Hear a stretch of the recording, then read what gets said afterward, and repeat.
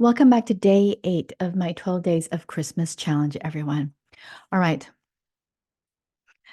The one thing that I really want to talk about today and to express gratitude for is my spiritual gift of being able to learn and to have the desire to learn and to grow in understanding. And this didn't really hit me as a spiritual gift until I was actually journaling this morning. And I was really struggling about something, and it really hit me last night when I was just laying in bed and trying to get to sleep and just kind of thinking about my business a little bit. And I noticed at the moment I began thinking about my business, like so much fear came up for me. And the main belief that I had was I'm afraid and I don't know if I want to like move forward. And I didn't really wanna delve into that when I was trying to go to sleep, so I just kinda told myself, "Okay, let's try and remember this the next morning." And that sometimes happens and sometimes that doesn't, but it so happened that this morning I actually still remember that, and I made it a point to do a journal entry on this. And I did this journal entry just a little bit differently this time, and I'm just going to just briefly mention how I was doing it, but I'll delve into it more deeply in another podcast episode. But something that I learned about the IFS or the internal family systems model is the belief that we all have different parts, and each part has their own voice and their own thoughts and feelings and emotions and beliefs. And so I began to just really sit with that part of me that wanted to say no to continuing on being a coach, continuing on learning about trauma and having a desire to help other women going through their divorce face whatever trauma responses that were coming up for them during this process. Because when we are in trauma response, you guys, we are not regulated. And so I began to be the scribe for the part of me that was saying, "No, we've had enough." And to do it not from a place of judgment, not from a place of trying to change that part of me, but to just see her and to be with her. And as I was pondering upon this way of writing, because I've never written it like this before, I realized that the different parts of who we are always bidding for connection. They're always bidding to be seen, to be valid, to be recognized. And this concept of bidding for connection is actually a principle that the Gottman Institute talks about and teaches, and how healthy relationships, they are bidding for connection in little, sometimes subtle ways, in more overt ways. And the challenge is for the partners to recognize these bids for connection. And and then to ask yourself, okay, are you going to see this bid for connection in an annoying way? Or are you going to see it as, hey, my partner is wanting to connect with me. My partner is wanting to to decrease the distance between this person and myself. And I really believe that the different parts of who we are internally that makes us up also is wanting connection, is also wanting to be seen by the self. And I can go deeper on this, but that's all I'm going to say. But so I decided that I wanted to recognize this part of me because for a long time, I didn't want to really listen to her. And I was finally willing to do that. And what was so interesting was the reason that she wanted to say no. The reason she wanted to back off, the reason behind the fear and the uncertainty. And there were moments during this writing process that I didn't want to listen to her. Like I was like, this is dangerous territory. I don't want to even deal with this. But even that part of me, I was willing to, like, be open to, and that voice as well. So sometimes we can have different parts and they're, like, competing with each other, and they're kind of clashing with each other. And so it's being open to the parts of you that are saying no and letting them have a voice because they're bidding for your attention. They're bidding for connection with you, the self. And as I allowed myself to just dive into this narrative that was coming up and feeling the feelings of fear and scarcity and uncertainty, I began to feel something I did not realize was going to come up, which was compassion and love. And as I noticed this element of emotions coming into play, I realized that what was happening was that the wisdom part of me was coming into the conversation in such a beautiful, organic way. And I began to scribe this conversation between the protective part of me that was saying no, and then the wisdom part of me that was being a facilitator, a loving witness of the fearful part. And it was so profoundly healing for me.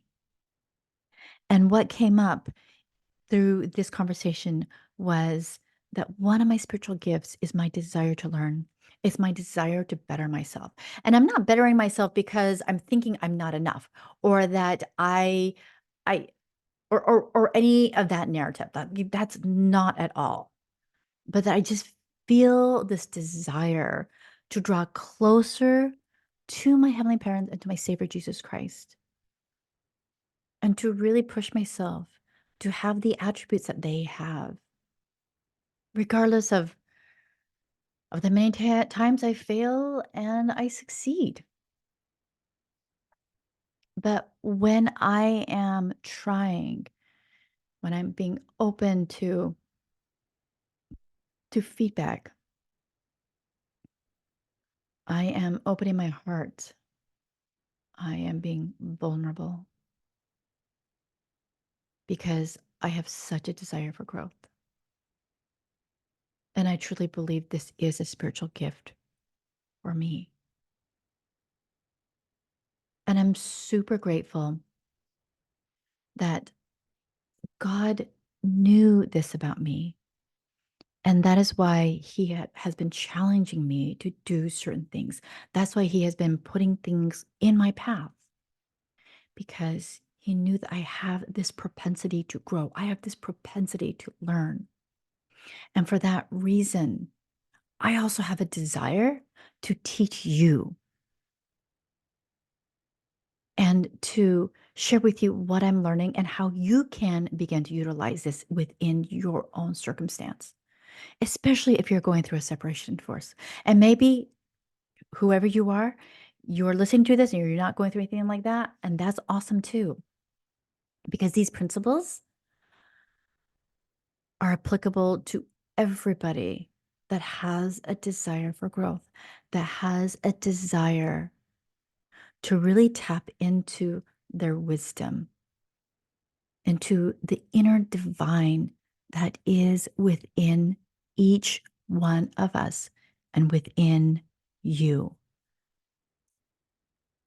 And I want you to just consider for a moment what it would be like to give the inner divine within you a voice. What would it be like if you could give the inner divine within you, the spiritually divine within you, words? What words do you think it would use to describe itself? Now, you may be a little bit lost as to how to even, answer that question. So I'm going to help you here. All right. And this exercise actually came up for me during my writing process. And as I was writing all this out, I was like, oh my gosh, I need to share this. I need to share this with you, right? And so I'm going to write out what came up for me as how my inner divine was describing itself. And I want to see if any of these words resonate with you. And if they do, I want you to write it down or type it up somewhere or something. I don't want you to just like keep it in your brain because it's easy for it to get lost there. So write it out. And I want you to really ponder upon whatever words lands for you that really resonates with you. Words where descriptive words where you're like, yes, that is me in the very essence of who I am, the spiritual essence of who I am. That is me, right? So this is what I wrote. Who is she? She is love, joy, gratitude, strength, beautiful, gracious, chaste, clean, giving, embracing, feeling deeply, present, brilliant, at one-ment with God and Christ, on a mission, Savior, under shepherd, vessel, light, stillness, music, dancing, loyal, pure, revelatory, power, brave, courage, creator, collaborator, conductor, caretaker, gifted, expansive, enriching, covenant keeper, curious, truth, trusting, honor, merciful, compassionate, glorious, stunning, a feeler, healer, helper, follower, leader, a lamp, a disciple. So, did any of those words resonate with you and with the inner divine with you, within you? If so, I want you to write it out. And I really want you to ponder why those words resonate with you. And begin to just imagine what it would be like if you could give voice and words to the inner divine, to the spiritual being that is within you. What would she or he would say about these descriptive words that landed for you? Maybe it is strength. What does she say about her divine strength? Maybe it is covenant keeper. Maybe it is compassionate. Maybe it is giving. And maybe it's none of these words. And maybe another descriptive word just popped up in your mind. And if that's the case, I want you to take that as a message, as an inspiration from your spiritual being, and that you are meant to dive deeper into this and to go into the truth of it. What makes it true? What is the evidence that you as a healer is true? You as gracious is true. Now, this is not an exercise of beating yourself up, saying that you didn't do it perfectly. I am not perfect in any of these. But in the pure essence of it, this is who I am. And so I want to challenge you to really see this as the pure and divine essence of who you are. And that it is a doorway, a trailhead, a pathway towards greater enlightenment and discovery of your good gifts that God has blessed you with and wants to continue to bless you with many more gifts. And then how can you manifest? How can you magnify these gifts outwardly, out into the world? And when I ask you that question, does someone come into mind? A face, an image, a behavior, an action? And if it does, then I want to challenge you to act upon that impression, to put it into practice, into motion, and then see what happens. It is such a beautiful and gentle way of opening yourself up to hearing the Spirit, inviting revelation, then acting upon it. It doesn't need to be complicated. I promise you. I promise. And so I'm going to leave with you that challenge. I would love to hear from you as to what has come up for you, how you have enacted this very simple exercise.